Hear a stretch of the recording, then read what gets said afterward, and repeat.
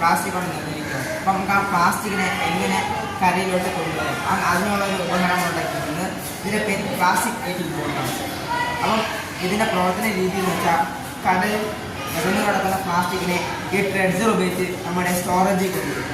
അപ്പം ഇത് സ്റ്റോറേജിൽ നമ്മൾ നേരെ ഈ ബോട്ട് നമ്മൾ കടൽ തീരത്തെത്തിയിട്ട് അവിടെ നമ്മൾ പ്ലാസ്റ്റിക് സെഗ്രിഗേറ്റ് ചെയ്യും. ഈ പ്രോസസ്സ് നടന്നുകൊണ്ടിരിക്കുമ്പോൾ നമ്മുടെ കടലിലെ പ്ലാസ്റ്റിക് അളവ് കുറഞ്ഞുകൊണ്ടിരിക്കും. അപ്പം മനുഷ്യന് നല്ലൊരു ഉപകാരമാണ്. ഈ പ്ലാസ്റ്റിക്കിനെ റീസൈക്കിൾ ചെയ്യാൻ പറ്റും. അപ്പം ഈ ബോട്ടിൻ്റെ ഉണ്ടാക്കിയ മെറ്റീരിയൽ എന്ന് വെച്ചാൽ പ്ലാസ്റ്റിക് മെറ്റീരിയൽസ് പിന്നെ എക്കോ ഫ്രണ്ട്ലി ആയിട്ടുള്ള മെറ്റീരിയൽസ് കൊണ്ടാണ്.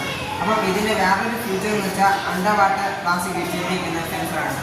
അപ്പം നമുക്ക് അത് ഉപയോഗിച്ച് അതിൻ്റെ അടിയിലുള്ള പ്ലാസ്റ്റിക് ഡിറ്റക്ട് ചെയ്യാനും പിന്നെ സ്കൂബ ലൈറ്റ്സ് ഉപയോഗിച്ച് നമ്മൾ പ്ലാസ്റ്റിക്കിൻ്റെ എന്താ പറയുക ഒരു വലിയ അളവിലുള്ള പ്ലാസ്റ്റിക് നമുക്ക് അത് കടലിൻ്റെ അടിയിൽ നിന്ന് വാരാൻ പറ്റും. അപ്പോൾ ഇതാണ് ഈ ബോട്ട് കൊണ്ടുള്ള ഉപകാരം. ഇതിൻ്റെ പ്രവർത്തന രീതി കടലിൽ ഫ്ലോട്ട് വെക്കുന്ന മെഷീൻ ഈ ട്രെഡ്ജർ ഉപയോഗിച്ച് നമ്മൾ സ്റ്റോറേജ് കൊണ്ടുവരും. ട്രെഡ്ജറിൻ്റെ പ്രവർത്തന രീതി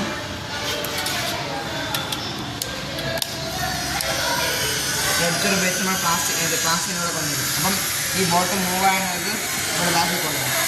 അതാണ് ലീസിൻ്റെ ഭാഗം പറയുന്നത്. ഈ രണ്ട് കാര്യമാണ് ബോട്ട് വരുന്നത്. പിന്നെ ഇതിൻ്റെ സെൻസർ വരുന്നത് ഈ ഭാഗത്തായിട്ട്.